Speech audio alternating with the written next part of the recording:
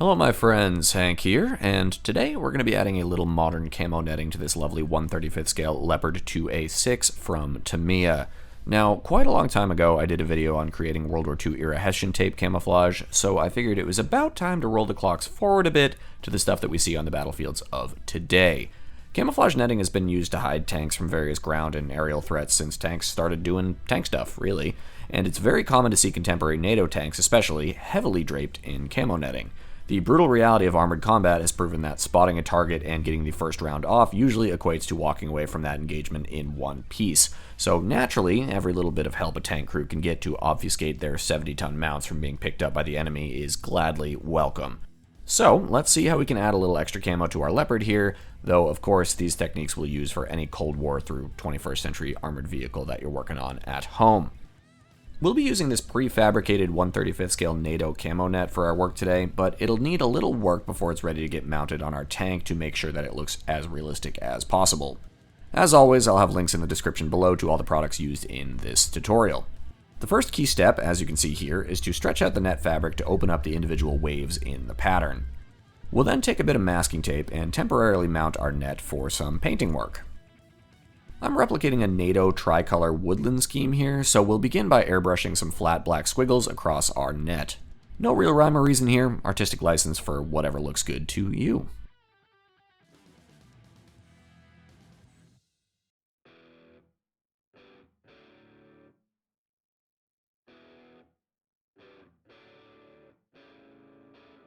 And then we're going to repeat that step with some brown paint.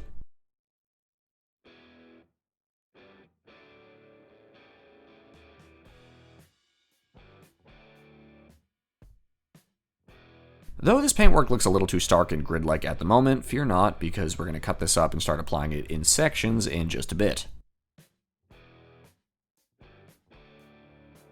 Once we remove the masking tape and stretch that net out again, you can see how much better it looks already with just a little bit of paint applied. Let's begin here with the main gun tube. We'll cut a thin strip out from the end of our net to wrap around the barrel.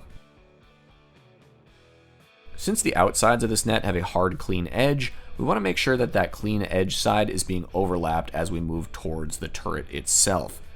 It's always a good idea to do a test fit first to make sure you like the way everything is sitting.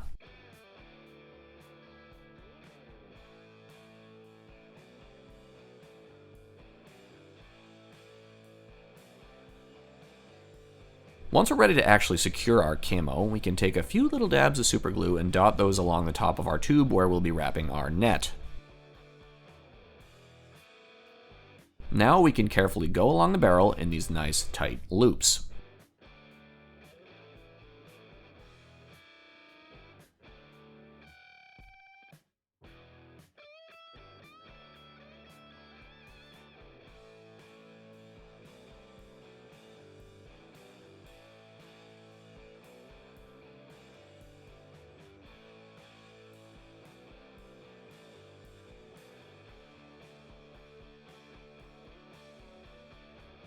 To secure the end of this run, let's put a little bit of super glue on the bottom of the barrel to hold that in place like so.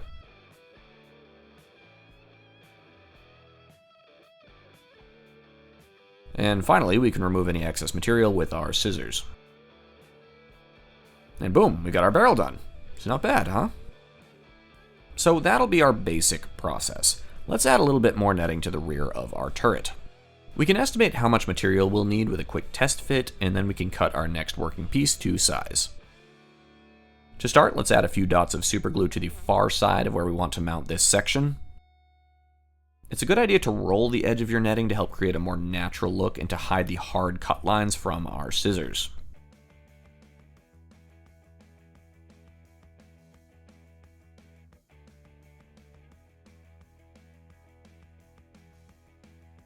Once our first side is secure, we can stretch our netting and continue mounting it to the surface of the tank with additional dabs of super glue as we go along.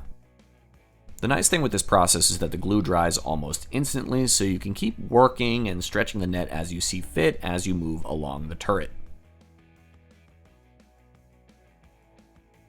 Having a few toothpicks on hand to help apply little small bits of glue and maneuver the netting can be quite helpful. And that's essentially the process. You can add as much or as little camo netting as you see fit, depending on the specific look you're going for. A few important things to note. Take care to secure the netting close to the surface of the vehicle to prevent it from catching or blocking the traverse of the turret. And be sure to provide any holes for periscopes or functional equipment on the tank so those aren't blocked by our netting.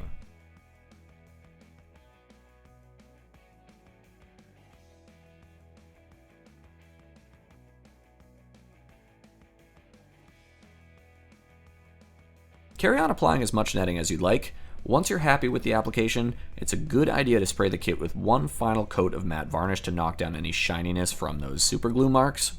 And simple as that, we've now got ourselves a nice realistic NATO-style woodland camo net for our Leopard 2.